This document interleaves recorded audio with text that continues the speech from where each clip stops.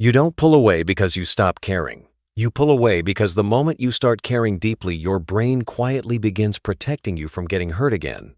And that's why it feels confusing even to you. Because emotionally, nothing changed. Yet something inside you suddenly feels the need to step back. At first, connection feels natural and easy. Conversations flow, you feel understood, you don't overthink every word. And there is no fear in your body yet. But slowly, without warning, something shifts, and you notice yourself becoming quieter, replying slower, creating distance, even though nothing bad actually happened.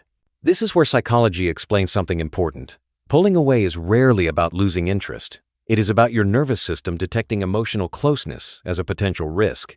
Not because love is dangerous, but because your brain remembers what vulnerability once cost you.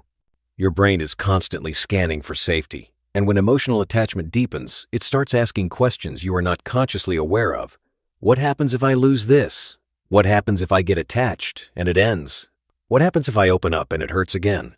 And those questions activate your nervous system. Attachment theory shows that for many people, closeness is not neutral. It is emotionally charged because in the past, closeness may have been followed by abandonment, disappointment, or emotional instability. So your body learned to stay alert when connection grows.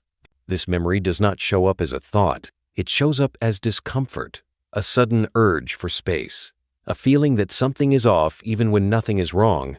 And your nervous system interprets distance as safety because distance once reduced pain. That is why pulling away often happens right after bonding moments, after deep conversations, after emotional intimacy, after realizing you care more than you plan to. Because closeness activates vulnerability, and vulnerability activates protection. Psychology often calls this emotional avoidance.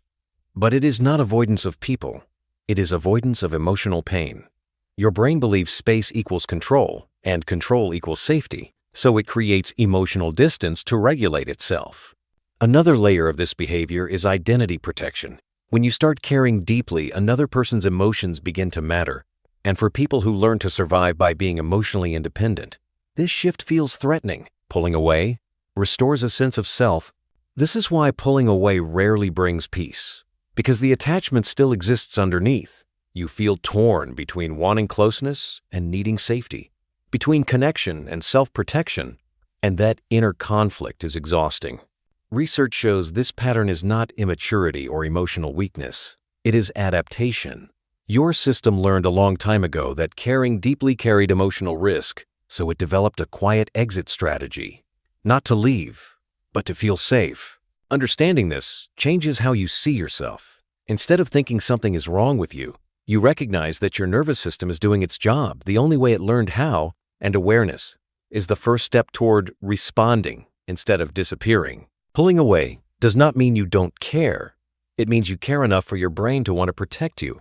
And that truth matters because it replaces shame with understanding. If this explanation felt personal, subscribe to Heartbreak Diaries for calm psychology that helps you understand emotional patterns without judgment, so you can recognize yourself instead of blaming yourself.